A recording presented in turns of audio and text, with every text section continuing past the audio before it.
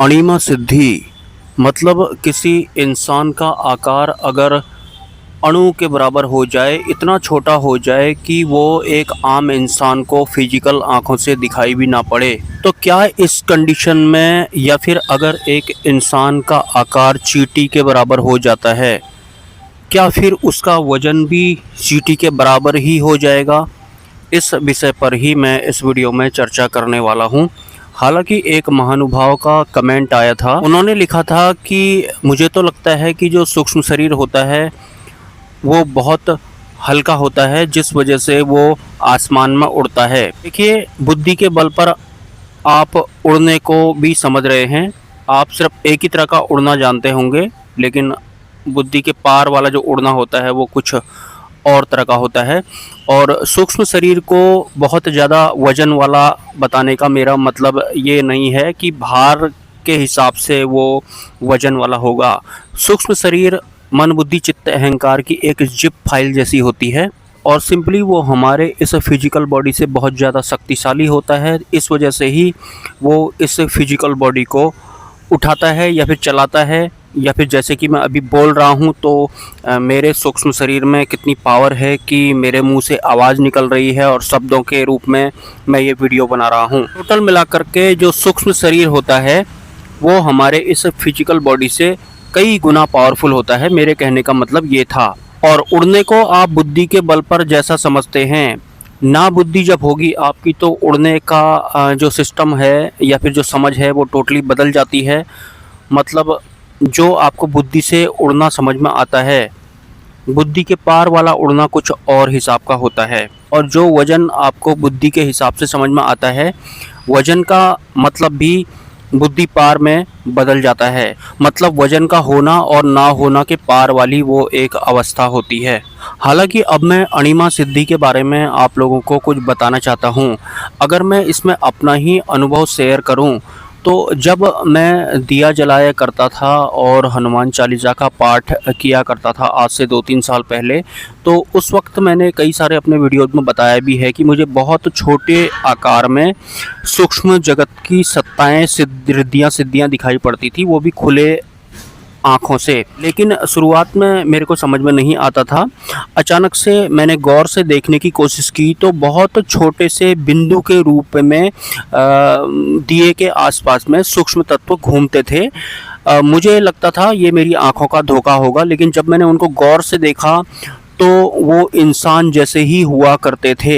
उनका आकार लेकिन बहुत छोटा हुआ करता था। वो सिद्धियां हो सकती हैं या फिर बहुत सारे जो दूत घूमते हैं वो हो सकते हैं, लेकिन टोटल मिला करके उनका आकार बहुत छोटा था। मतलब वो सभी अणिमा सिद्धि वाले थे। आपको पता ही है कि हनुमान जी के पास भी अणिमा वाली सिद्धि थी। मतलब वो जब चाहे अपने आकार को छोटा बना देते हैं और जब चाहे बहुत बड़ा बना देते हैं। यहाँ बड़ा बनाने की बात मैं नहीं कर रहा हूँ, लेकिन छोटा आकार बनाने की बात मैं यहाँ पर कर रहा हूँ कि अगर इस सिद्धि के बल पर कोई इंसान अगर अपना आकार बहुत छोटा बना लेता है, सपोज कोई चींटी के बराबर अगर आकार अपना बना लेता है, तो सिंपली हमें वो दिखाई नहीं देगा, क्योंकि चींटी पर तो हमारा ध्यान जाता ही नहीं है। वो तो इत्तेफाकन ऐसे ही रैंडमली हमको दिखाई पड़ती है, तब जाके हम कहते हैं कि ये चींटी है।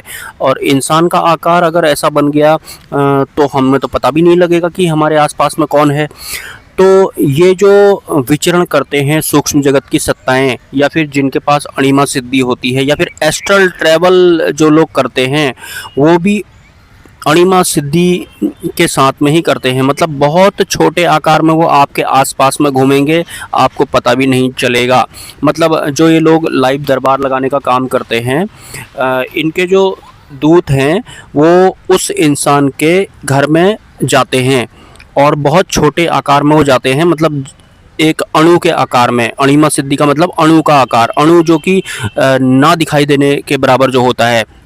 मतलब एक आम इंसान भांप भी नहीं पाएगा।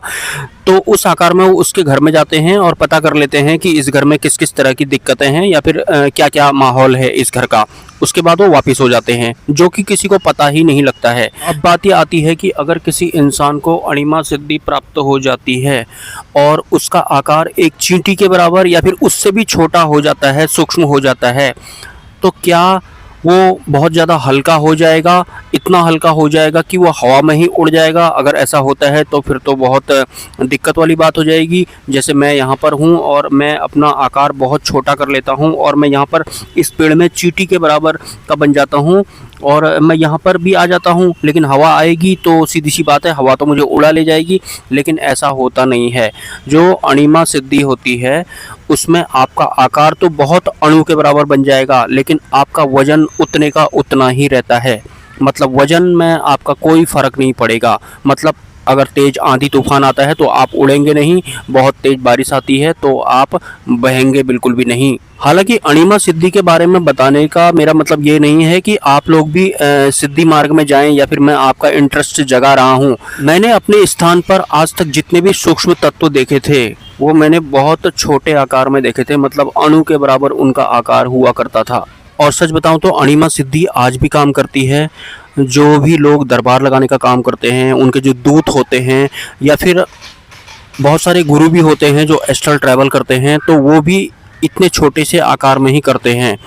हालांकि गमन करने के बहुत सारे तरीके हैं। मतलब हम अपने सूक्ष्म शरीर के थ्रू भी गमन कर सकते हैं, फिर हम अपने फिजिकल बॉडी के थ्रू भी गमन कर सकते हैं, मतलब इधर से उधर जा सकते हैं।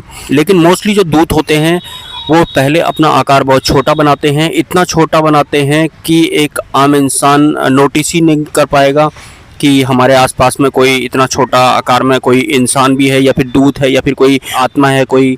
तो कुछ इस तरह से ये अणिमा सिद्धि काम करती है। ये थी अणिमा सिद्धि के बारे में कुछ जानकारियाँ। अगर आपको ये वीडियो से कुछ हेल्प मिली है तो आप कुछ राशि का योगदान कर सकते हैं मेरे क्यूआर कोड पर, और आपको मेरा व्हाट्सअप नंबर मिल जाएगा किसी वीडियो के कमेंट सेक्शन में, या फिर कम्युनिटी पोस्ट में भी मेरा व्हाट्सअप नंबर आपको मिल जाएगा।